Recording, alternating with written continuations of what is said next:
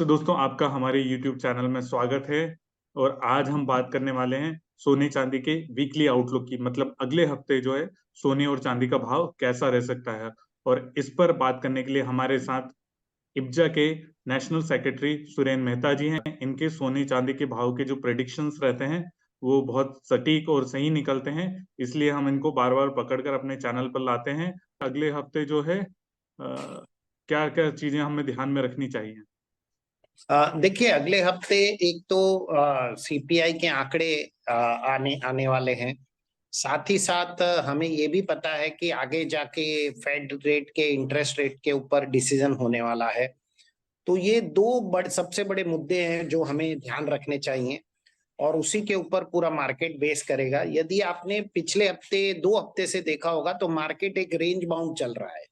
तो कभी आपको मार्केट में ऐसा लगेगा कि मंदी है और कभी अचानक से 25-30 डॉलर बढ़ जाते हैं।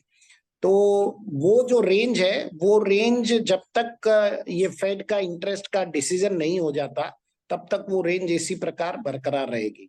और जहां तक हमने देखा कि जब भी कोई बड़ा दिन होता है, मतलब कोई डिसीजन होने वाला होता है, जैसे सीपीआई के आंकड़े आने वाले हैं या कोई स्पीच है किसी की, या तो हम देखते हैं कि उसका एक सडन इम्पैक्ट मार्केट के ऊपर आता है जो लगभग 24 से 48 घंटे तक रहता है और उसके बाद मार्केट अपनी पूर्वावत स्थिति में वापस आ जाता है। तो मुझे उम्मीद है कि अगले हफ्ते भी इसी प्रकार की कुछ मूवमेंट मार्केट के अंदर होगी और मार्केट रेंज बाउंड ही रहेगा।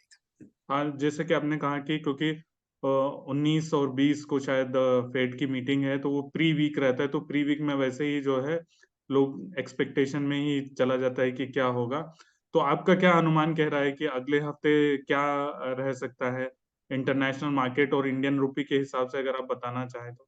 देखिए, इंटरनेशनल मार्केट अगले हफ्ते मुझे लगता है कि 1891 डॉलर से लगा के 1943 डॉलर के बीच स्पॉट प्राइसेस में रेंज करेगा। इस रेंज में ये घूमेगा और यदि ये 1891 डॉलर तोड़ता है, नीचे का जो इसका सपोर्ट लेवल है 1891 डॉलर का, यदि वो ये सपोर्ट लेवल तोड़ेगा तो हमें गोल्ड के प्राइसेस और नीचे जाते हुए नजर आ सकते हैं, जो डाउन में जाके उसका, क्योंकि अगला सपोर्ट लेवल 1866 डॉलर का बनता है, तो 1866 डॉलर पे हमें अगला सपोर्ट दिखाई दे सकता है।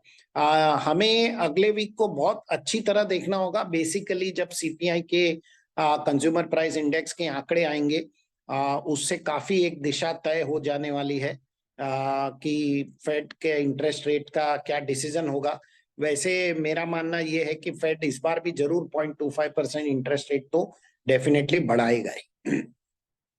और अगर इंडियन कंटेक्स्ट में बात करें, अगर आप बताना चाहें तो। इंडियन यहाँ कॉन्टेक्स्ट में मैं यदि इसी को कन्वर्जन करके चलूं तो मुझे लगता है कि कहीं ना कहीं 58,300 से लगा के 59,400 के बीच में ये प्राइसेस रेंज में, इस रेंज में मूव करेंगे, ऐसी मुझे उम्मीद है। बहुत ज्यादा मूवमेंट आने की प्राइसेस में कोई संभावना नहीं है। मेहता जी, ये जानकारी देने के लिए बहुत बहुत धन्यवाद।